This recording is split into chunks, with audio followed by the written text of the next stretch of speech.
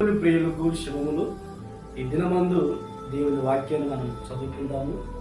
సామెతల పుస్తకము 8వ అధ్యాయము 19వ వాక్యాన్ని మనం చదువుకున్నప్పుడు, మేలిమి బంగారము కంటెను అపరంజి కంటెను నా వలన కలుగు ఫలము మంచిది. ప్రియ దేవుని బిడ్డలారా, దేవుడు చెప్తున్న మాట, మేలిమి బంగారము కంటెను అపరంజి కంటెను నా వలన కలుగు ఫలము మంచిది. నిజమే కదా. ఈ లోక సంబంధమైన ధనము కంటే దేవుడు మనకు ఏది అనుగ్రహిస్తాడో, దేవుని వలన మనకు ఏది అనుగ్రహింపబడుతుందో అది చాలా మంచిది. కుటుంబాలకు, ఆత్మీయ జీవితానికి ఎంత ఆశీర్వాదాన్ని కలిగిస్తుంది. సొలొమోను ఇశ్రాయేలు మీద రాజైన తర్వాత ఒక రాత్రి వేళ సమయమందు స్వప్నమందు దేవుడు ప్రత్యక్షమై, నీకేమేమి కావాలి అడుగుము అని దేవుడు సొలొమోనుతో చెప్పినప్పుడు, సొలొమోను కోరుకున్న విధానాన్ని మనం గమనించినప్పుడు చాలా ఆశ్చర్యం వేస్తుంది.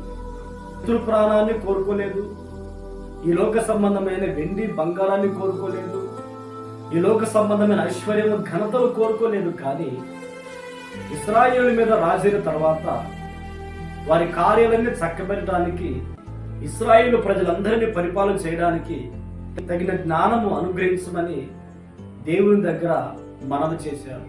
దేవునికి ఆ మనవి అనుకూలంగా ఉన్నది కనుక సొలొమోను అడిగిన ఆ జ్ఞానాన్ని దేవుడు అనుగ్రహిస్తాడు. దాని ద్వారా సొలొమోను ఇశ్రాయేలు ప్రజలను పరిపాలన చేసి ప్రపంచ దేశాలందరి ద్వారా జ్ఞానం కలిగిన వాడని పేరు ప్రఖ్యాతలు తెచ్చుకొని ఉన్నాడు.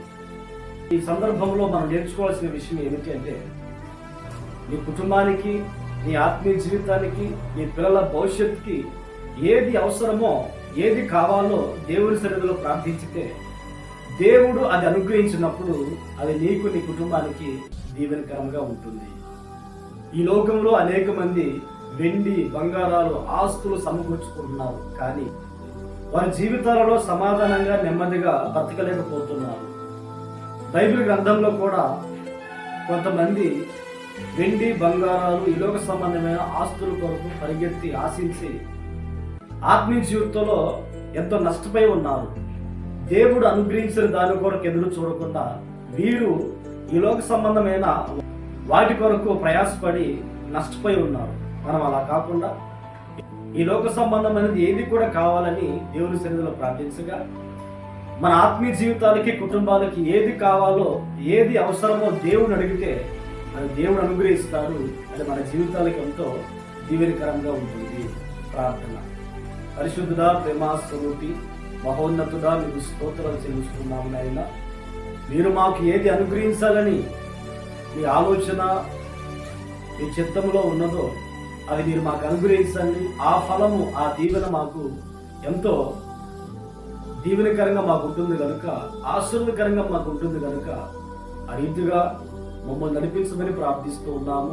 ఈ దినమంతా మీ సన్నిధిని మాకు తోడుగా ఉంచి ఆశీర్వదించి మహిమను పొందమని యేసు నామములో ప్రార్థించి అడిగి పొంది ఉన్నాము తండ్రి. ఆమేన్, ఆమేన్.